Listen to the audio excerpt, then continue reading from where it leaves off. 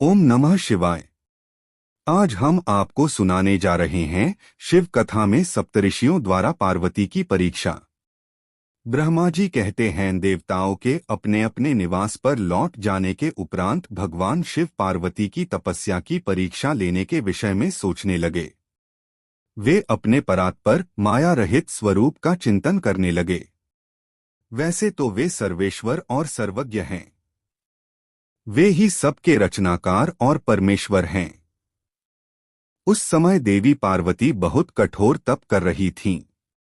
उस तपस्या को देखकर स्वयं भगवान शिव भी आश्चर्यचकित हो गए। उनकी अटूट भक्ति ने शिवजी को विचलित कर दिया। तब भगवान शिव ने सप्तऋषियों का स्मरण किया। उनके स्मरण करते ही सातों ऋषि वहां आ गए। वे अत्यंत प्रसन्न थे और अपने सौभाग्य की सराहना कर रहे थे। उन्हें देखकर शिवजी हंसते हुए बोले, आप सभी परम हितकारी व सभी वस्तुओं का ज्ञान रखने वाले हैं। गिरिराज हिमालय की पुत्री पार्वती इस समय सुस्थिर होकर शुद्ध हृदय से गौरी शिखर पर्वत पर घोर तपस्या कर रही हैं। उनकी इस तपस्या का एकमात्र उद्देश्य मुझे पति रूप में प्राप्त करना है। उन्होंने अपनी सभी कामनाओं को त्याग दिया है। मुनिवरों, आप सब मेरी इच्छा से देवी पार्वती के पास जाएं और उनकी दृढ़ता की परीक्षा लें। भगवान शिव की आज्ञा पाकर सातों ऋषि देवी पार्वती के तपस्या वाले स्थान पर चले गए। वहां देवी पार्वती तपस्या में लीन थीं। उनका मुख तपपुंज से प्रकाशित था। उन उत्तम व्रतधारी सप्तऋषियों ने हाथ जोड़कर मन ही मन देवी पार्वती को प्रणाम किया। तत्पश्चात ऋषि बोले, हे देवी गिरिराज नंदिनी, हम आपसे यह जानना चाहते हैं कि आप किस लिए यह तपस्या कर रही हैं।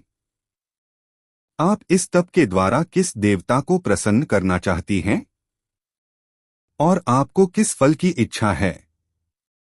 उन सप्तऋषियों के इस प्रकार पूछने पर गिरिराज कुमारी देवी पार्वती बोली, मुनीश्वरों, आप लोगों को मेरी बातें अवश्य ही असंभव लगेंगी। साथ ही मुझे इस बात की भी आशंका है कि आप लोग मेरा परिहास उड़ाएंगे, परंतु फिर भी जब आपने मुझसे कुछ पूछा है तो मैं आपको इसका उत्तर अवश्य दूंगी। मेरा मन एक बहुत उत्तम कार्य के लिए तपस्या कर रहा है।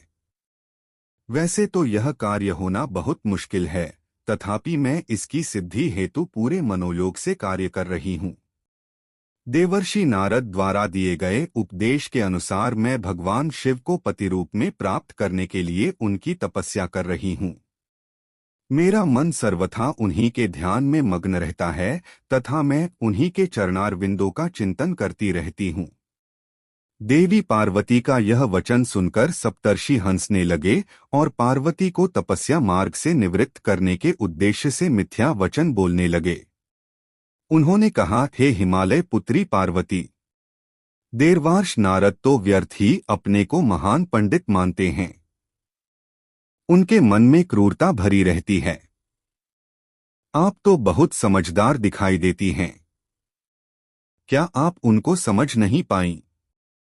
नारद सदैव छलकपट की बातें करते हैं। वे दूसरों को मोहमाया में डालते रहते हैं। उनकी बातें मानने से सिर्फ हानि ही होती है। प्रजापति दक्ष के पुत्रों को उन्होंने ऐसा उपदेश दिया कि वे हमेशा के लिए अपना घर छोड़कर चले गए। दक्ष के ही अन्य पुत्रों को भी उन्होंने बेघर कर दिया और वे भिखारी बन गए। विद्याधर चित्रकेतु का नारद ने घर उजाड़ दिया। प्रहलाद को भक्ति मार्ग पर चलवाकर और उन्हें अपना शिष्य बनाकर उन्होंने हिरण्यकशिपु से प्रहलाद पर बहुत से अत्याचार करवाए। मुनि नारद सदैव लोगों को अपनी मीठी मीठी वाणी द्वारा मोहित करते हैं, फिर अपनी इच्छानुसार सबसे कार्य करवाते हैं। वे केवल शरीर से ही शुद्ध दिखाई देते हैं, जबकि उनका मन मलिन और क्लेशयुक्त रहता है। वे सदैव हमारे साथ रहते हैं, इसलिए हम उन्हें भली भांति जानते और पहचानते हैं। हे देवी, आप तो अत्यंत विद्वान और परम ज्ञानी जान पड़ती हैं। भला आप कैसे नारद के द्वारा मूर्ख बन गईं? देवी, आप जिनके लिए इतनी कठोर तपस्या कर रही हैं, वे भगवान शिव तो बहुत उदासीन और निर्विकार हैं। वे सदैव काम के शत्रु हैं। हे पार्वती, आप थोड़ा विचार करके देखो कि आप किस प्रकार का पति चाहती हैं। आप मुनि नारद के बहकावे में न आएं। भगवान शिव तो महानिर्लज्ज, अमंगल रूप, काम के परम शत्रु, निर्विकारी, उदासीन, कुल से हीन, भूतों व प्रेतों के साथ रहने वाले हैं। भला इस प्रकार का पति पाकर आपको किस प्रकार का सुख मिल सकता है। नारद मुनि ने अपनी माया से तुम्हारे ज्ञान और विवेक को पूर्णतया नष्ट कर दिया है और तुम्हें अपनी छलकपट प्रपंच वाली बातों से छला है। देवी, कृपया आप यह सोचें कि इन्हीं शिव शंकर ने परम गुणवती सुंदर दक्ष पुत्री सती के साथ विवाह किया था। उस बेचारी को भी उनके साथ अत्यंत दुख उठाने पड़े। भगवान शिव सती को त्याग कर पुनः अपने ध्यान में निमग्न हो गए। वे सदा अकेले और शांत रहने वाले हैं। वे किसी स्त्री के साथ निर्वाह नहीं कर सकते। तभी तो देवी सती ने इसी दुख के कारण अपने पिता के घर जाकर अपने शरीर को योगाग्नि में जलाकर भस्म कर दिया था। हे देवी, इन सब बातों को यदि आप शांत मन से ध्यान लगाकर सोचें तो पूर्णतया सही पाएंगी। इसलिए हम आपसे यह प्रार्थना करते हैं कि आप यह तपस्या कर शिवजी को प्रसन्न करने का हठ छोड़ दें और वापस अपने पिता हिमालय के घर चली जाएं। जहां तक आपके विवाह का प्रश्न है, हम आपका विवाह योग्य वर से अवश्य करा देंगे। इस समय आपके लिए त्रिलोकी में सबसे योग्य पुरुष बैकुंठ के स्वामी लक्ष्मीपति श्रीहरि विष्णु हैं। वे तुम्हारे अनुरूप ही सुंदर एवं मंगलकारी हैं। उन्हें पति के रूप में प्राप्त करके आप सुखी हो जाएंगी। आथ देवी, आप भगवान शिव को पति रूप में प्राप्त करने के इस हठ को त्याग दें। सप्तऋषियों की ऐसी बातें सुनकर साक्षात जगदम्बा का अवतार देवी पार्वती हंसने लगीं और उन परम ज्ञानी सप्तऋषियों से बोली, हे मुनीश्वरों, आप अपनी समझ के अनुसार सही कह रहे हैं, परंतु मैं अपने दृढ़ विश्वास को त्याग नहीं सकती। मैं गिरिराज हिमालय की पुत्री हूँ।